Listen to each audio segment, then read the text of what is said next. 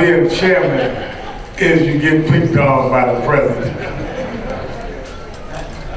We are happy every year to have our allies join us in the civil rights movement. Now there are many that join us, but they're not our allies. Some of y'all believe in other things than we believe. You're welcome to come, but don't mean that we all agree. We don't agree on a lot of tactics. We don't agree on a lot of interaction, and that's what convention's about. Every year we have conservatives. Last year Sean Hannity spoke. The year before that, Bill O'Reilly. The conservative media never talks about how the conservatives are welcomed at our convention, and I don't agree with all them. So I don't agree with all of what everybody in the broader movement does. But we have heard today from Ben Jealous, and we are hearing today from another. The three of us have a partnership because we agree, and we work together in unison because we agree. And they've been with us every year, and I'm glad that the other part of the trio is with us now. It is very important that we have operational unity. We all play different roles, but we play this toward the same goal.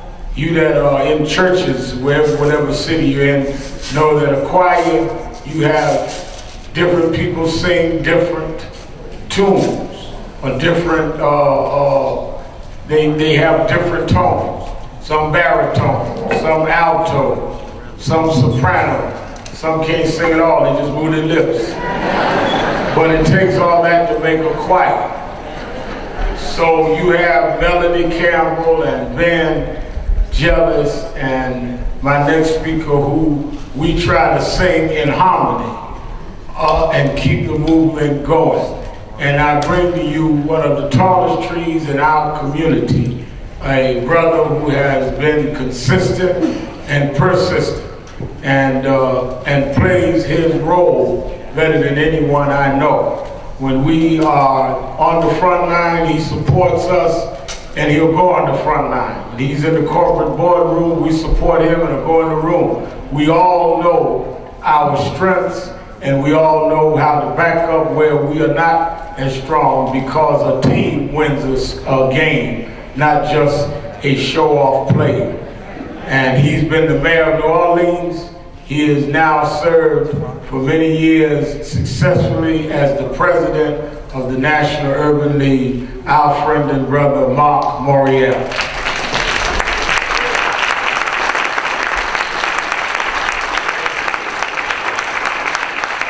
Thank you very much, and brothers and sisters and National Action Network colleagues.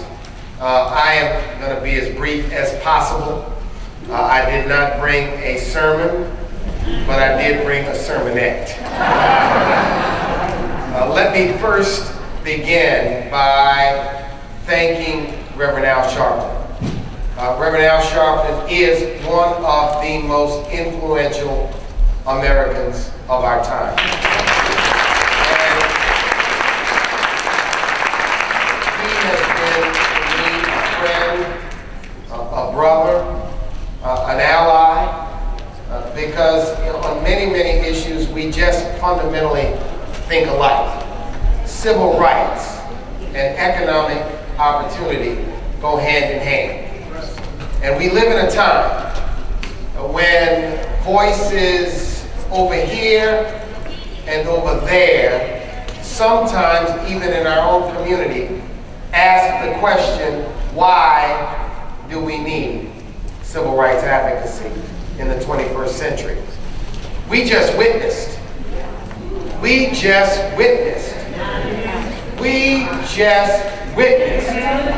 in this nation the reason why the voices of justice and civil rights organizations are as important now as they were 50 years ago. I want to thank Reverend Sharpton for embracing the family of Trayvon Martin, for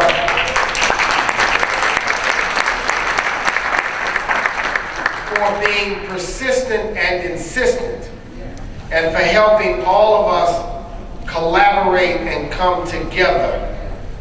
We will not allow on our watch, in this time, any act of injustice, anywhere to go unresponded to. So Trayvon Martin, we continue to pray and work and hope for justice, because charges being brought, as we know, are but a step along the road to justice. And we must be vigilant and insistent and persistent along the way. So Reverend Sharpton, I want to thank you and the leadership of the National Action Network for your voice and leadership on this area.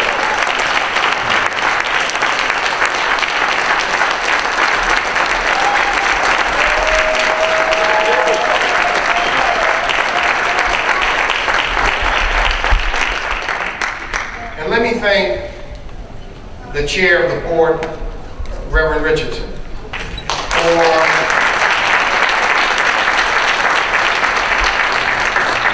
his leadership. He and I work together on a committee. He's a strong voice, and he always sees very quickly what others do not see. He sees very quickly where something is going and says, let's get there first to head off some foolishness. So I want to thank him for his great leadership.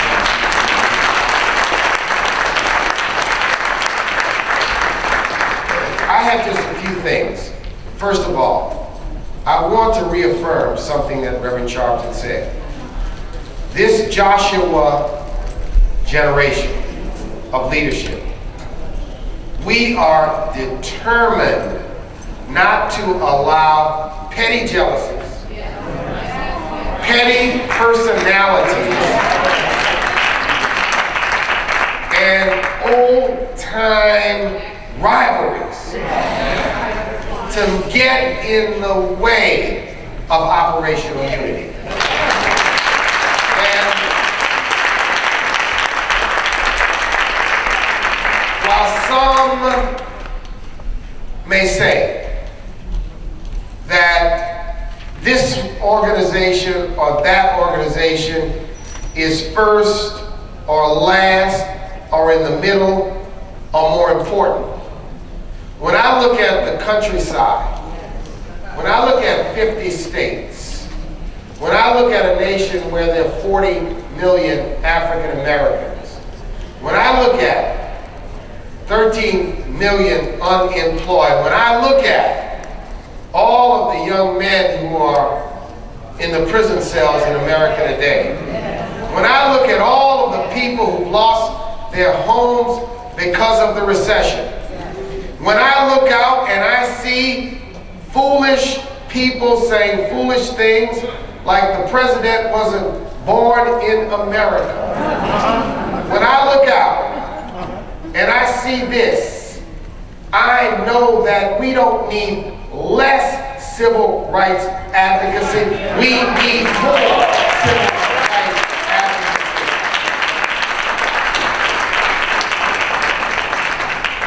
Recently, the National Urban League released its 2012 version of the State of Black America. It was titled Occupy the Vote. Occupy the vote. Say occupy the vote. Occupy the vote. To employ, educate, and empower. Because in 2012, we must take a renewed stand. A renewed stand against efforts which have got new momentum to make it more difficult for people to vote in this country. As you look out and look up, 20 plus states in less than 18 months have begun to adopt new restrictions on the right to vote. requirements of very explicit voter IDs, cutbacks on early voting, making it difficult for students to be able to vote.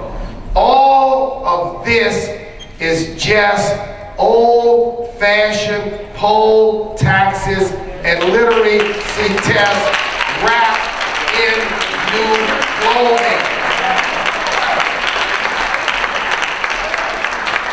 And we've seen it before. And we must applaud the Justice Department where they have exercised their power under the Voting Rights Act to invalidate these laws. But we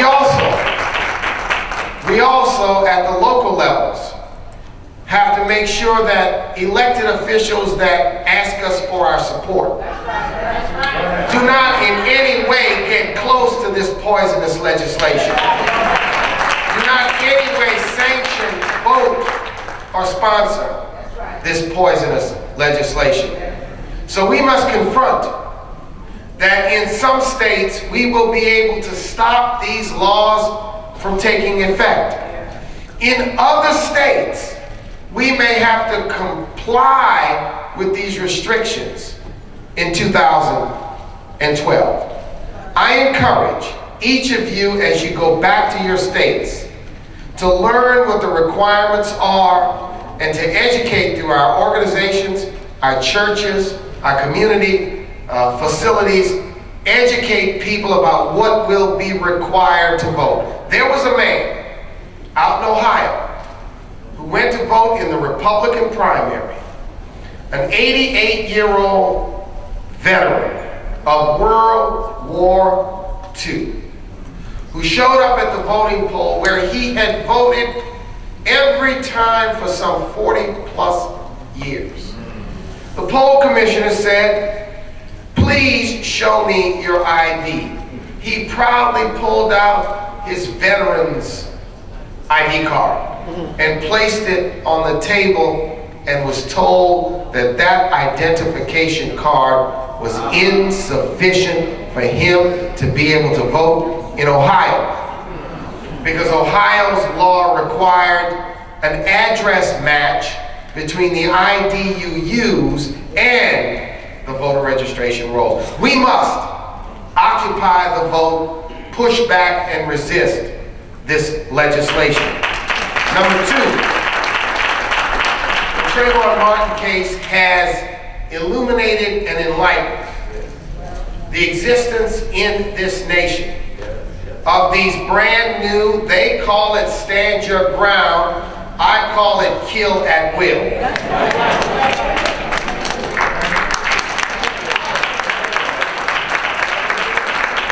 Or shoot first and ask questions later.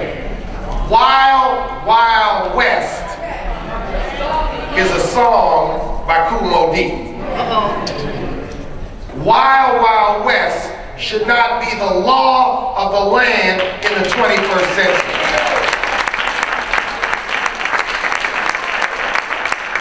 Now, friends, there's something that's not coincidental. When you look at the voter ID laws, and you look at the kill at will legislation, Reverend Sharpton, they have a common denominator. That common denominator is that they have the same ghostwriting team.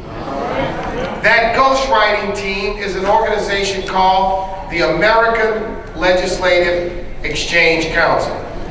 I'm talking about ALEC, not Alexander the Great. ALEC, not Alexandria, Virginia. ALEC. This ghostwriting team has cooked up in the privacy of its offices right here in Washington, D.C., poisonous pieces of legislation and spread it all over the country. We are beginning this effort to shed light and heat on ALEC, because in the 21st century we cannot remain silent while there is an orchestrated effort to turn the hands of time not back to 1950, but back to 1890, back to some distant past. Finally, I heard Secretary Donovan, and we work with HUD, and I want you to know everything he said was true and accurate.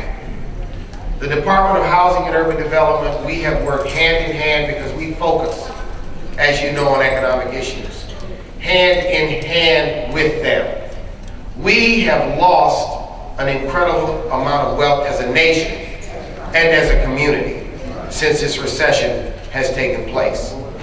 And steps that have been taken at HUD, while much more needs to be done, I think reflects efforts in the face of resistance from interest in Congress who do not want to do anything, who want to block the president's legislation and then turn around and say you haven't done nothing. We're not going to be fooled. We're not going to be tricked. We're not going to be deceived by these weapons of mass deception. Weapons of mass deception that want to deceive our thinking in this nation about what needs to be done. I want to also, as I close, encourage you. There is a debate in this country about balancing the budget, about cutting back on government. And I also want us to be very, very clear that all of us want to see the nation have fiscal health. But we do not want the budget of the United States to be balanced on the backs of the most vulnerable citizens in this country. It wasn't too much spending on job training or summer jobs that caused this debt. It wasn't too much spending on aid to children's education that caused this debt. I want to find the person that found the money to spend $1 trillion in Iraq. I want to find the person that found ways to create massive tax loopholes for the most powerful interests in this country. I want to find them now. Because it is those kinds of things that fuel this debt. We must be clear. We must be clear, and we must be loud. We must be loud that at this point in time when this country is changing, we are not going to stand by and be deceived that somehow now that there's no longer a need for a Medicaid program for our poor. That somehow now there is no need for the federal fisc to support public education in our cities. That somehow now the Medicare program needs to be turned into a private voucher program. That somehow now, when our nation is suffering, that we can't muster up the dollars to put young people to work during the summer. We have to understand that this is not a debate about money. This is a debate about choices.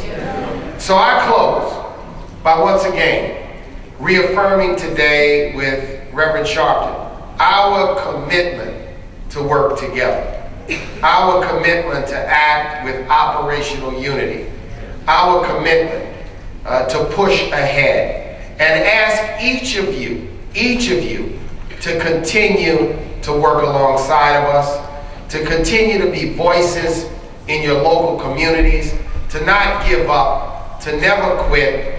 We have just begun to fight. God bless you, and thank you.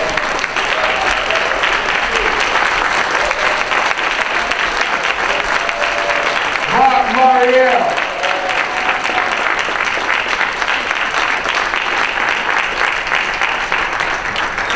All right, we're going to turn it over now to our